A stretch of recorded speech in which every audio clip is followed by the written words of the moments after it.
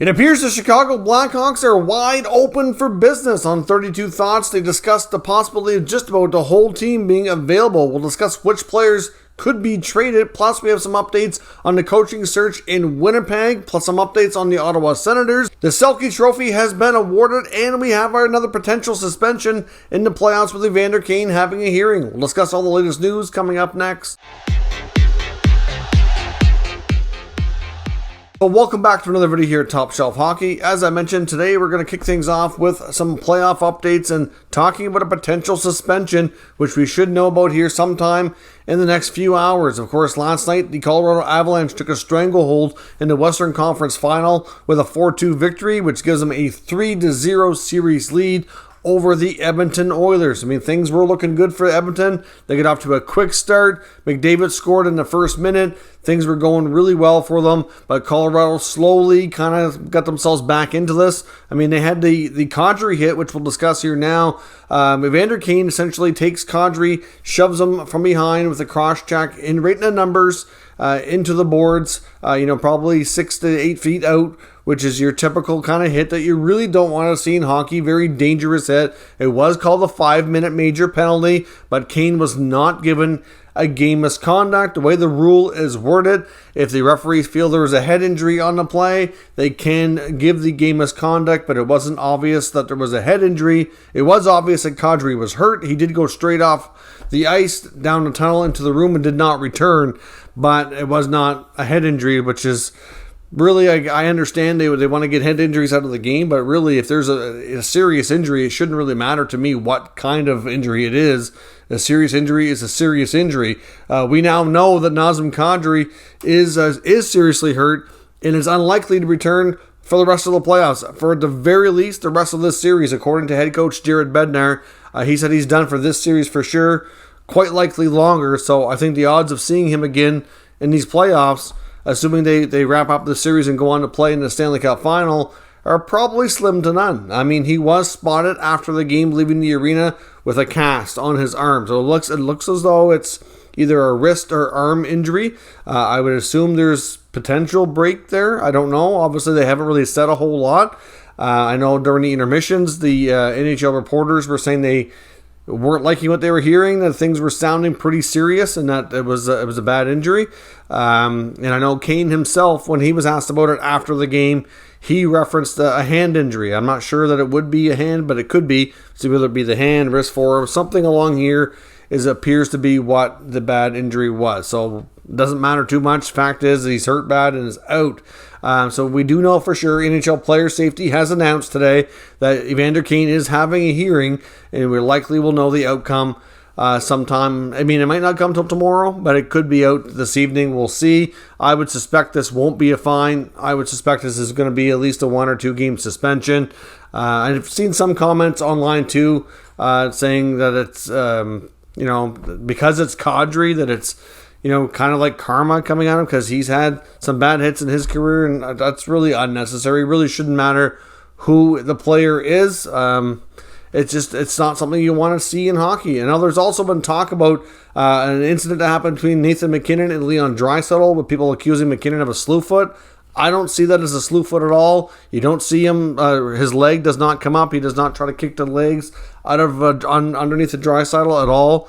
To me, it's the way they were colliding. The legs were positioned. Leon lost his balance. I don't see, I would give MacKinnon the benefit of the doubt on that. I don't see that as a slew foot myself. I know Jay Woodcroft of the Oilers, when he was asked about both plays, and he seemed pretty convinced that it was a slew foot on MacKinnon, but he wouldn't even admit anything that the hit that Kane delivered on Kadri was dirty in any way or bad, or wouldn't say anything. Just that fact that they killed the penalty, which it seemed like everybody's kind of taking sides here. Depending on who you cheer for, you apparently can't see things with with reasoning. Anyway, it's kind of frustrating from a neutral fan's perspective, but that's just the way it goes, I guess. But the Avalanche did pull off a 4-2 win. It was tied late. The Oilers, you know how the whole scenario you typically see, close call at one end, goal at the other was the scenario. Evan Bouchard of the Oilers on a power play rings one off the post. does not get the post bounce, the gratuitous bounce to go into net. Puck comes out, and it was right at the end of the power play. After that, the puck is cleared. JT Compher comes out of the box, has a battle with Bouchard over the puck, and gets in alone, shoots, and goes right through Smith's legs. I mean, Mike Smith, I don't think he's the reason they've been losing these games. I think he's had some weird goals going against them, but generally speaking, for the most part, he's been pretty decent. But that's just one he's got to stop. That's just that simple. You got to make the big stop at the right time to give your team a chance, and that didn't happen. It was a weakish goal, in my opinion.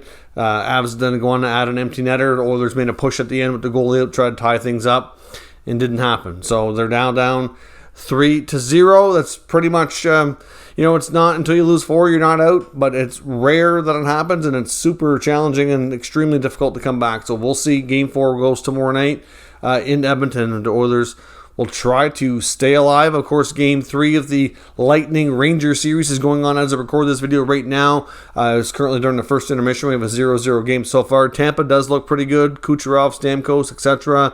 are pushing more, going to the net more.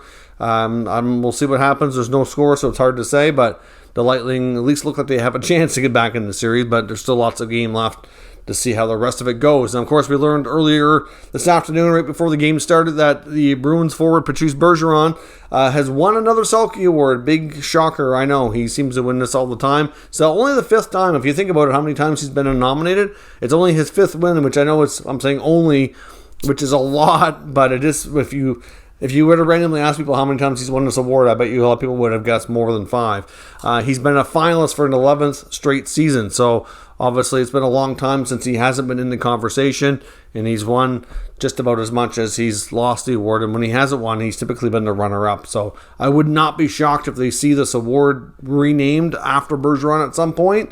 Later on, once we know for sure his career is over down the road. Elias Lindholm was second in voting, and Alex Barkov in Florida was number 3. And of course, I know there's still a lot of people, not really sure what to make of Bergeron's future because he hasn't said much. We haven't heard anything as of yet what his plans are.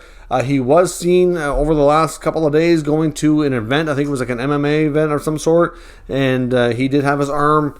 And it wasn't, I wouldn't call it a sling, but it was like bandaged up and whatever. So you could tell he had some sort of procedure done on his arm. I know at the end of season for the Bruins, we heard about Marchand. We've gotten word about the other 3 defensemen here recently, but we didn't really hear anything. Nothing was really said about Bergeron needing anything. If I'm not mistaken, I think he was asked about his health and at the end of the season there and didn't really say anything at all. So we'll see. I don't know.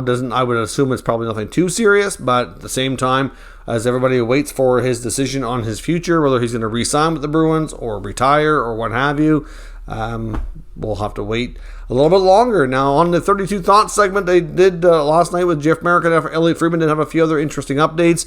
One, Jeff Merrick just got back from the Buffalo Draft Combine, had a chance to do lots of talks with different GMs and scouts.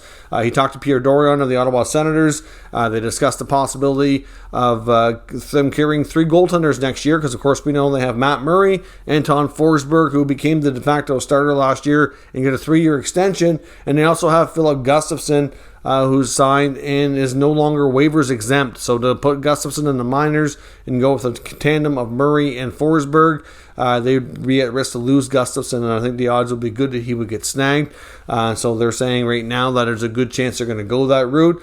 I don't really think it's ideal, and to be honest, I don't know that it's something that Dorian really believes himself, but I wouldn't be surprised if he's saying that to try to maybe just to get more attention around Matt Murray. Maybe if teams think that they really want to hang on to him, that they'd be less likely to make a trade. I don't know. I'm not sure there's going to be much interest anyway, but to me, I would think they would try at all costs to get out of that Murray contract.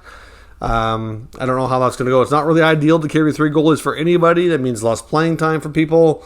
If they give Murray a chance at the beginning of the year and he doesn't do well like happened last year, it's just going to set the team back, and it's also going to reduce his value. They could put him on waivers and send him to the minors again, but it's not really helping him out longer term either. So we'll see what happens. Not really an ideal scenario. I personally wouldn't be shocked if we saw a goalie trade, and it would only make sense if it was Murray, the guy that goes, but hard to trade your least valuable asset in that regard. They also talked about the Winnipeg Jets. Apparently they have not started negotiations on Pierre-Luc Dubois and his new contract as of yet, because Merrick did speak to GM Kevin Cheveldayoff. I talked about a few things, and they did get some intel as well, which I don't think you get directly from Cheveldayoff, but from other sources. Looking at the coaching situation in Winnipeg, of course, they're still very, very, very high in Barry Trotz, but as they await a decision on his future, it's believed that some other names to look out for in the Jets coaching vacancy, should they continue to do interviews here. It's not quite clear if they have interviewed other people, because I know a few days ago there was reports saying that they were kind of sitting and waiting, but at the very least some candidates that do appear to want to speak to are Rick Tocchet, currently doing TV with TNT, and of course Jim Montgomery, former head coach of Dallas, who was recently an assistant in St. Louis after, of course, he had to kind of have a restart here after taking some personal time to get over some personal stuff there after losing out on the job in Dallas a couple of years back. So obviously those some interesting names that could be great, excellent head coach options for Winnipeg as well if Trotz does not end up being the guy there. Now, as I mentioned as well, the Chicago Blackhawks was a big topic on 32 Thoughts last night. Elliotte Friedman talking about the fact that the Hawks are basically wide open for business. Pretty much the whole roster, minus a couple of exceptions, are available for trade. Kyle Davidson and his team are essentially gauging the market and trying to test what the market value is on several of their players, and there's not too much that they're certainly opposed to doing. He mentions the names of Caleb Jones, Jonathan Taves, and Patrick Kane not being players that are being discussed right now because they all have a no-move clause. So Seth Jones, of course, as we know, is got a long-term, big-money contract. I don't really see them moving him regardless. That would be tough for most teams to take on. When it comes to Taves and Kane, they're down to 1 year at $10 million. If Chicago were to consider trading either of them, of course, they can retain 50%, knock that down to $5 million. And I can see Kane getting a ton of interest. So even though Friedman says that they're not actively shopping these players, I would think that a couple of things to keep in mind here. For Taves and Kane, I don't know if they completely are bought into being a part of the rebuild. We kind of heard mixed reports, mixed messages on how they were kind of feeling about things.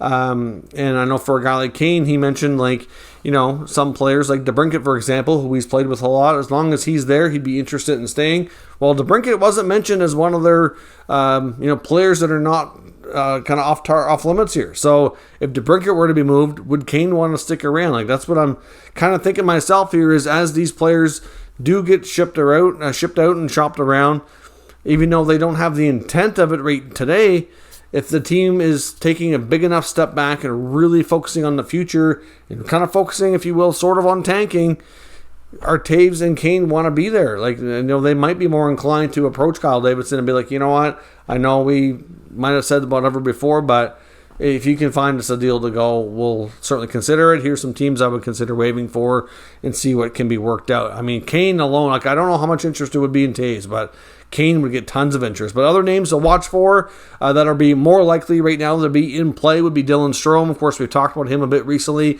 He's a pending restricted free agent. Put up 48 points last year in 66 games. Been mentioned in the rumor mill for the Chicago Blackhawks is almost 2 years now. Didn't really do the greatest under head coach Jeremy Colleton, but picked up under Derek King. Of course, we don't even know if he's coming back as head coach next year either. That's not completely clear as of right now because he's technically still interim on the head coaching job. And Strome is a player that Friedman has mentioned in the RFA world that may not be qualified because the fact that he actually put up a decent point total and would have arbitration rights now. They probably don't really want to pay for that kind of production. They might not feel that keeping him around for that kind of price tag would make sense.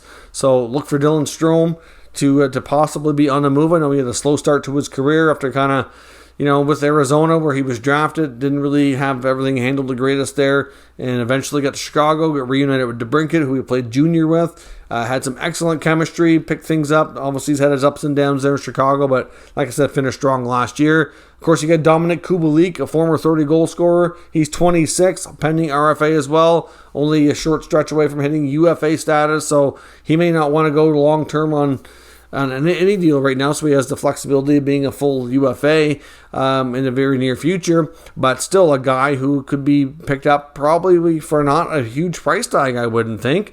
He's a former 30 goal scorer, but that's a couple years removed now. I don't think his value is super high, but given his age and what he might be able to command on the UFA market, I don't think he really fits Chicago's plans anymore. And you have to wonder about Alex Debrincat, like I mentioned. He's 24 years old. Got one more year left on his contract at $6.4 million.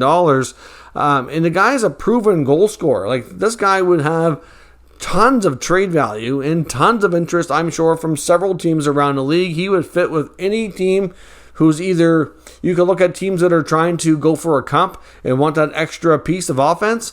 He could fit that bill. He could also fit into a team that's maybe coming on the outer skirts of a rebuild, starting to go into more competitive mode, because he's still young enough that he would be a nice addition. So you look at Ottawa, Detroit, Buffalo, teams like that have been rebuilding and are looking to make a jump to be more competitive, like what we've seen the Rangers accomplishing this year. He could be a part of teams like that and make a big impact. So to me, there would be loads of interest in Alex Debrincat, 30 to 40 goal guy. What's not to like? In his next contract, he could certainly demand a decent amount of money, and he's only got 1 year left, so it have to be the right situation that he could probably extend him. Teams are not going to want to pay a big price for 1 year. But at the same time, like I said, he would get a lot of interest. We even questioned before, back, I think it was maybe 3 to 4 weeks ago, about the future of Kirby Dach, who's now a UFA. Of course, he's a number 3 overall pick a few years back, went straight to the NHL, seemed to have taken some steps back in his development. And as much as he would make more sense than most to keep around in this Blackhawks rebuild, I wonder what their thoughts are on this player, if they feel any different about him today than they did back in his rookie season, because things have slowed in his development. So I do wonder if, again, he wasn't not mentioned by Friedman as a player that they're not looking to move. He only mentioned the guys with no move clauses because they control the situation. And out of those 3, like I said, it makes a lot of sense that Kane would get by far the most interest, and it would be kind of up to him. And if they move out enough of these other players, I wouldn't be shocked to find out that he is more open to it too, but he's probably waiting to see what happens. Or the other option here with the Blackhawks too is with Taves and Kane especially, where they do have the 1 year left, instead of retaining a bunch of salary and trying to move them out now. If they don't do that, they could consider, because I don't expect the Blackhawks to be any better next year than they were this past year. In fact, they might be worse.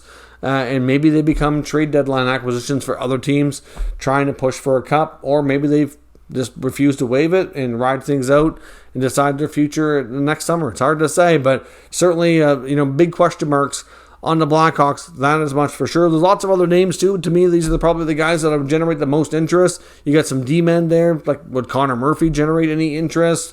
There's another guy. He's not too old. They don't really have much in the way of goaltending, so they might be interested in picking up a goalie. So I still think that there's a chance that a team like Chicago might grab a guy like Peter Mrazek out of Toronto. Just because they need a goalie, and they're not going to care so much about his recent past here, because they're not really focused on winning a lot of hockey games right now.